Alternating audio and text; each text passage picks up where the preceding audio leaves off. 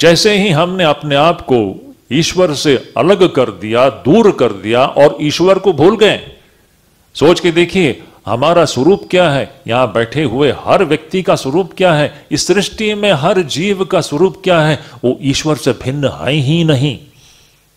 ये सच्चाई है। सोच करके देखिए आपका कितना बड़ा अस्तित्व है और हम क्या समझ करके बैठे हैं अपने बारे में। तो सच्चाई यह है कि हम ईश्वर के साथ एक रूप हैं, लेकिन अज्ञानवश अपने आप को हम ईश्वर से अलग पाते हैं, ईश्वर के विषय में हम भूल जाते हैं और जगत को भी अपने से हम अलग पाते हैं। ऐसी परिस्थिति में इसका पहला परिणाम क्या होता है, देखिए बहुत सुंदर है। हमारे सब ऋषिगण ने हमसे कहा है, जैसे ही हम अपने आप को ईश्वर से अलग पाते हैं, उसका पहला परिणाम है भय। हम सब भयग्रस्त हैं। सृष्टि में ऐसा कोई भी नहीं है जो कि भयग्रस्त नहीं है। ये भय आता कहां से है? हमने अपने आप को सच्चाई से, इस प्रभु परमेश्वर से दूर कर लिया है, इसीलिए यहां इस सृष्टि में सब कुछ भयग्रस्त है।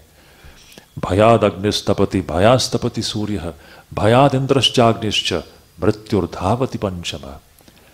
हर प्राणी जो है, हर जो जीव जंतु है, सब कुछ भयग्रस्त है, क्योंकि सब अपने आप को ईश्वर से अलग पाते हैं। समस्या है हमारे जीवन में इस भय रूपी बीमारी का जो दवा क्या है? हम जितना अपने आप को ईश्वर से दूर करके रखेंगे, उतना ही हम भयभीत और भयग्रस्त होकर के रहेंगे। और जितना हम ईश्वर के करीब जाने लगते हैं, देखेंगे ये भय दूर होने लगता है। और अंत में जब आप ईश्वर के साथ जब एक रूप हो जाएंगे, तो भय का पूरी तरह से नाश हो जाता है।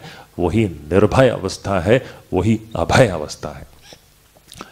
इसलिए उपनिषदों का सिर्फ एक ही संदेश है सबों को, अमृतस्य पुत्राः, सब आप ईश्वर के संतान हो, ईश्वर स्वरूप हो, अभय अभय अभय अभय। कितना बड़ा संदेश है। हम इतने अपने आप को इस विस्मृति के शिकार बना करके हम ईश्वर से दूर अपने आप को पाते हैं, और पा करके हम सब समय एक भयभीत जीवन जीते रहते हैं। हमारा सारा जीवन इसी प्रकार कटने लगता है।